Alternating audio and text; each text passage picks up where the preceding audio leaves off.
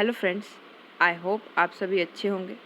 इस वीडियो में हम हिमाचल प्रदेश का मध्यकालीन इतिहास डिस्कस करने वाले हैं।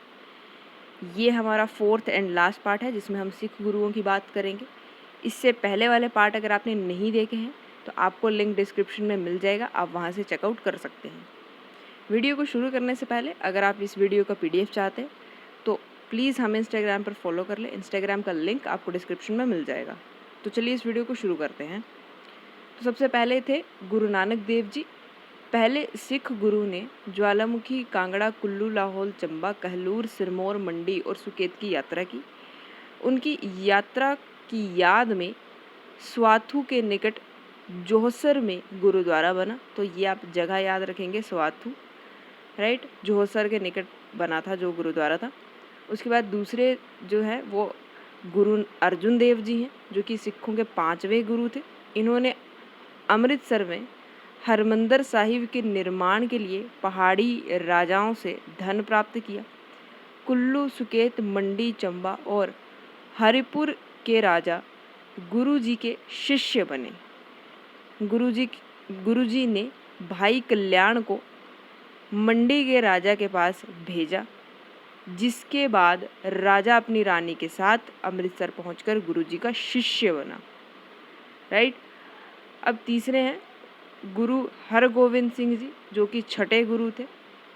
तो छठे सिख गुरु ने कहलूर के राजा के भेंट किए हुए भूभाग पर 1634 ईस्वी में कीरतपुर शहर बसाया, राइट। आप याद रखेंगे कि किस राजा ने भेंट किया था, तो कहलूर के राजा ने भेंट किया था।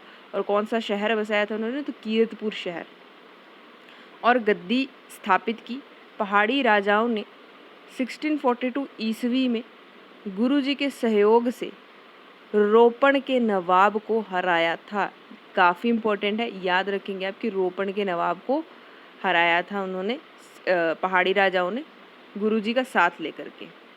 कौन से गुरुजी, तो गुरु हरगोविंद सिंह जी की बात हो रही है यहाँ पे। उसके बाद नेक्स्ट थे गुरु तेग बहादुर जी, जो कि 9वें सिख गुरु थे। तो 9वें सिख गुरु ने कहलूर की रानी से प्राप्त 3 गांव पर मखोवाल गांव बसाया था, जो बाद में आनंदपुर साहिब के नाम से जाना जाने लगा। यह उनका निवास स्थान बना। तो आप याद रखेंगे कि कहलूर की रानी से उन्होंने 3 गांव प्राप्त किए थे और मखोवाल उस समय उस गांव का नाम था, आज उसको आनंदपुर साहिब कहा जाता है, राइट। किसने बसाया था, तो गुरु तेग बहादुर जी ने। उसके बाद 10वें गुरु, जो कि गुरु गोविंद सिंह जी थे, और पहाड़ी राज्यों के साथ इनके संबंध कैसे थे उनके बारे में जान लेते हैं। तो गुरु गोविंद सिंह का जन्म पटना साहिब में हुआ था। मोस्ट इम्पोर्टेंट क्वेश्चन है, लास्ट टाइम ही टैट में जीके सेक्शन में ये क्वेश्चन पूछा जा चुका है कि गुरु गोविंद सिंह का जन्म स्थान क्या था, राइट। तो पटना साहिब आप याद रखेंगे। उनके पिता गुरु तेग बहादुर सिंह जी को औरंगज़ेब ने दिल्ली के चांदनी चौक पर शहीद कर दिया था। तो ये काफ़ी इम्पोर्टेंट है कि गुरु तेग बहादुर जी को किसने शहीदी दी थी, तो औरंगज़ेब यहाँ पे आ जाएगा। और कहाँ दी थी, तो दिल्ली के चांदनी चौक जो है वहाँ पे, राइट। उसके बाद उनका लालन पालन आनंदपुर साहिब में हुआ, राइट। उसके बाद अब सिरमौर प्रवास, यहाँ पे सिरमौर में क्या क्या मेन चीज़ें हुई, ठीक है, उनके बारे में जिक्र हुआ है। तो सिरमौर के राजा मंदनी प्रकाश के बुलावे पर गुरुजी नाहन आए। राजा ने उन्हें यमुना नदी के किनारे पौंटा साहिब में किला बनाने के लिए भूमि प्रदान की। गुरुजी ने 1683 से 1688 तक पौंटा साहिब रहे और दशम ग्रंथ की रचना की। तो उन्होंने दशम ग्रंथ की रचना कहाँ की थी, पौंटा साहिब में की थी। याद रखेंगे, बहुत ही ज़्यादा इम्पोर्टेंट क्वेश्चन है। उनका विशाल गुरुद्वारा पौंटा साहिब में स्थित है। गुरुजी ने सिरमौर के राजा मेदनी प्रकाश और गढ़वाल के राजा फतेह चंद की मैत्री करवाई, मतलब कि उनकी मित्रता करवा दी थी। उसके बाद भगानी युद्ध, तो ये भी काफ़ी फेमस है, काफ़ी बार क्वेश्चन यहाँ से आता है। तो 1686 ईस्वी में ये हुआ था। गुरुजी और कहलूर के राजा भीमचंद के बीच सफ़ेद हाथी को लेकर मनमुटाव हुआ। याद रखेंगे किस चीज़ को लेकर ये मनमुटाव हुआ था, तो सफ़ेद हाथी को लेकर, जिसे गुरुजी को आसाम के राजा रतन राय ने दिया था। बहुत ही इम्पोर्टेंट है कि किसने भेंट किया था गुरुजी को, तो आसाम के राजा रतन राय ने भेंट किया था। नाम आप याद रखेंगे कि आसाम का राजा कौन था, रतन राय था, राइट। तो गुरु गोविंद सिंह और कहलूर के राजा भीमचंद उसके समधी, ये उनके समधी गढ़वाल के फतेह शाह और हिंडूर के राजा हरिचंद के बीच 1686 ईस्वी में भवानी साहिब का युद्ध हुआ, जिसमें गुरु गोविंद सिंह जी विजय हुए।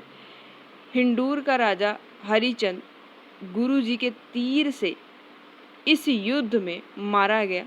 याद रखेंगे आप, हिंडूर का राजा जो हरिचंद था वो गुरु जी के तीर से इस युद्ध में मारा गया था।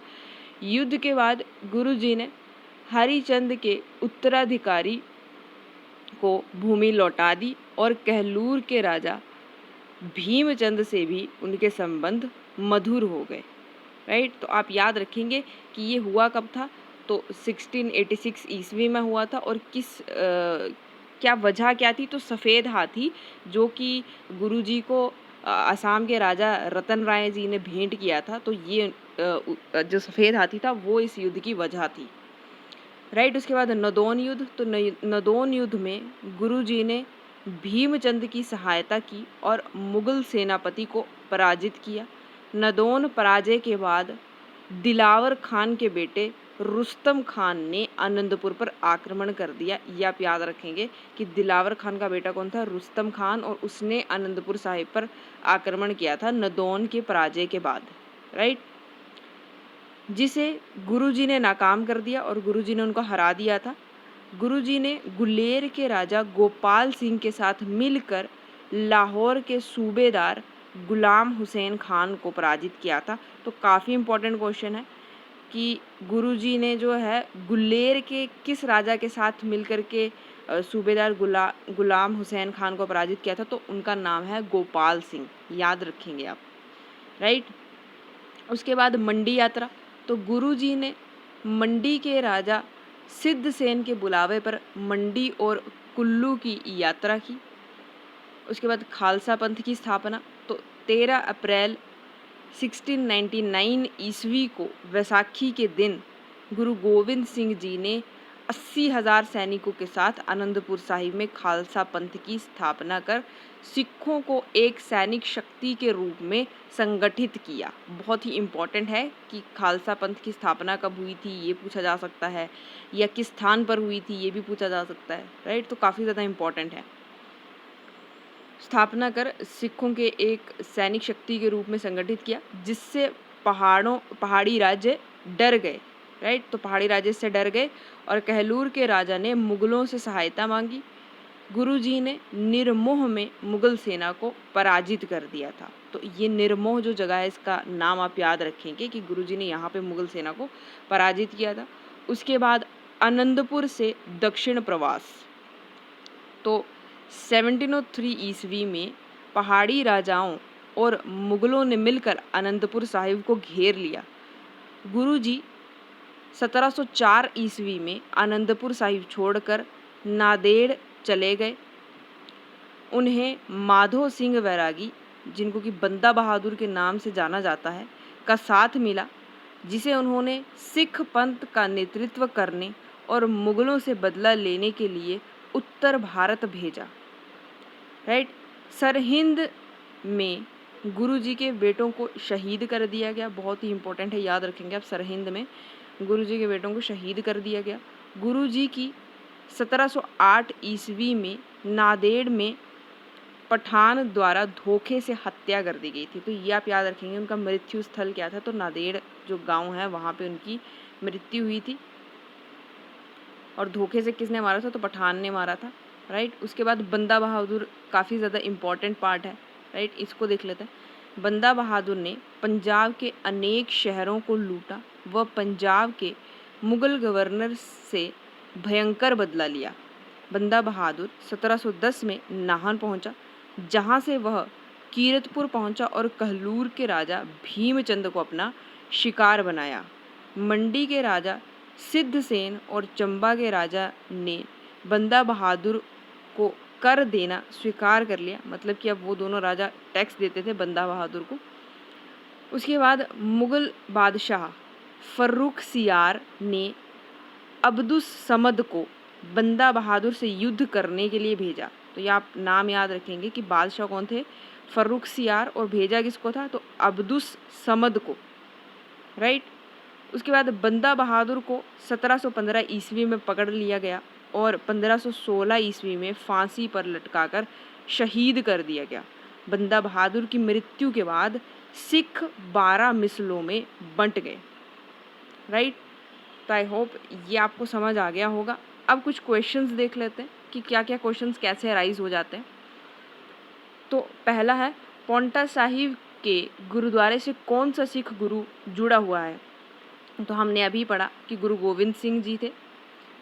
नेक्स्ट क्वेश्चन, गुरु गोविंद सिंह ने दशम ग्रंथ की रचना किस शहर में की थी। तो पौंटा साहिब, मैंने आपको उस टाइम भी बताया था, काफ़ी इंपॉर्टेंट है। तो पौंटा साहिब शहर में की थी उन्होंने, याद रखेंगे।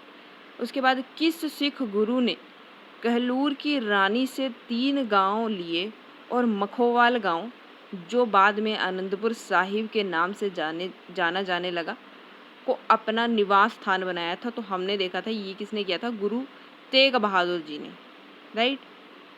तो आई होप आपको ये पूरा सिख गुरुओं का जो भी वर्णन था ये अच्छा लगा होगा।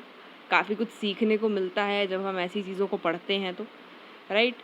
तो ऐसे ही हमारे साथ बने रहिए, पढ़ाई करते रहिए, घर पे सेफ रहिए, लाइक शेयर सब्सक्राइब ज़रूर कर दीजिए एंड थैंक्स फॉर वॉचिंग।